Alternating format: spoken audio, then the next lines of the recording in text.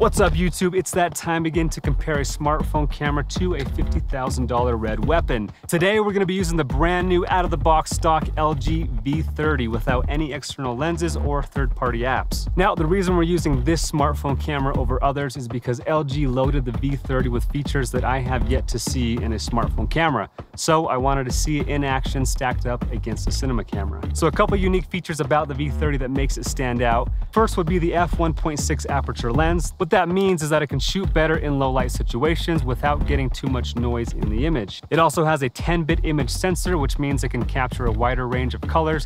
It also sports a dual camera. The first is a 4K 16 megapixel camera, replicating the focal length of about a 30mm lens on a full frame camera. The second camera is a 13 megapixel camera that is quite a bit wider at around a 14mm equivalent on a full frame camera, which is great for shooting scenic landscapes. It also has manual mode functionalities, so you don't need to buy any third-party apps in order to have full control over exposure, white balance, focus, and other settings. It also claims 11 stops of dynamic range and log recording capabilities called LG CineLog, which gives you much more flexibility in post for color grading, and the log files are compatible with both DaVinci Resolve and Premiere Pro.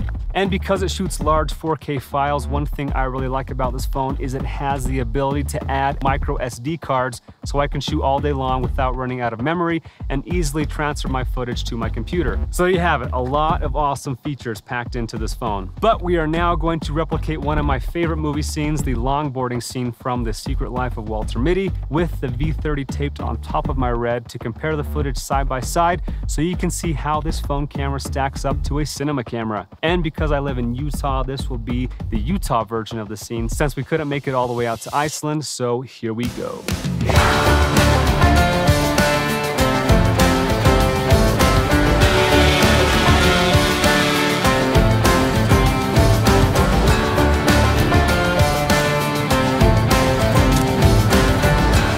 Kind of roll across frame, right? Go ahead, Doug. Oh, that's sick.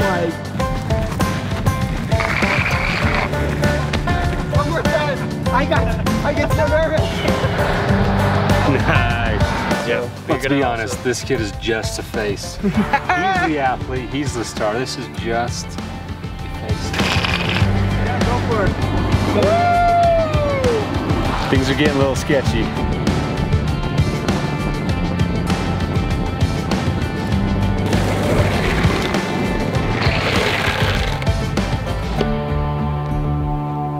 That's a wrap.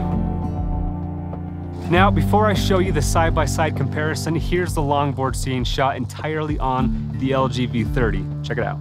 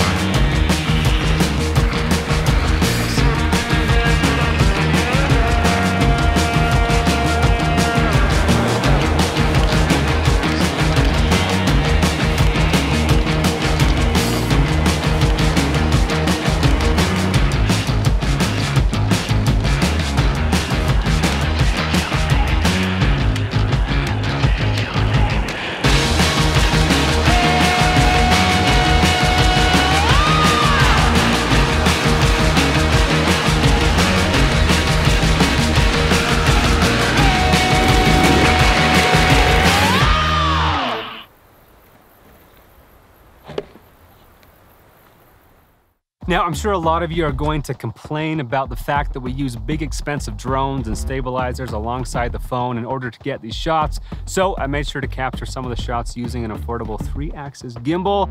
This guy is called the Smooth Q. This is actually the Smooth 3.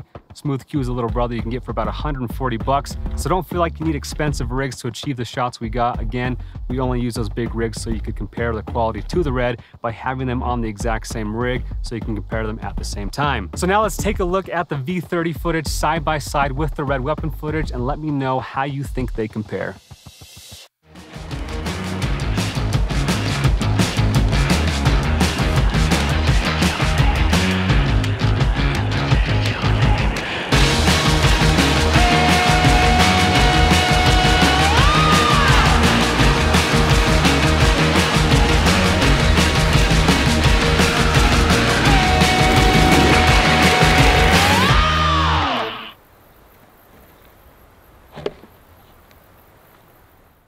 As you can see, when the Red weapon has a lens with a similar focal length and shooting at a higher aperture, it's hard for the untrained eye to see a clear difference in quality.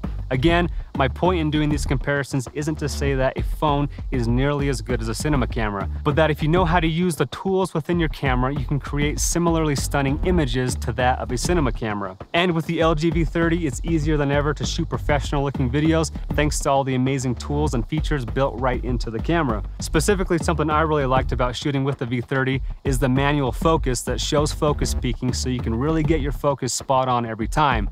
It was also nice to be able to adjust color temperature, shutter speed, frame rate, and being able to shoot in log, allowing me to capture a lot more detail in the shadows and highlights for more flexibility in post while color grading. And because the V30's log files are compatible with both DaVinci Resolve and Premiere Pro, this allows you to really customize your color grade on a whole new level. So here's a look at some of the grading I did to these clips in post to help them match the Red weapon footage. In the Walter Mitty scene, they used a variation of an orange and teal look.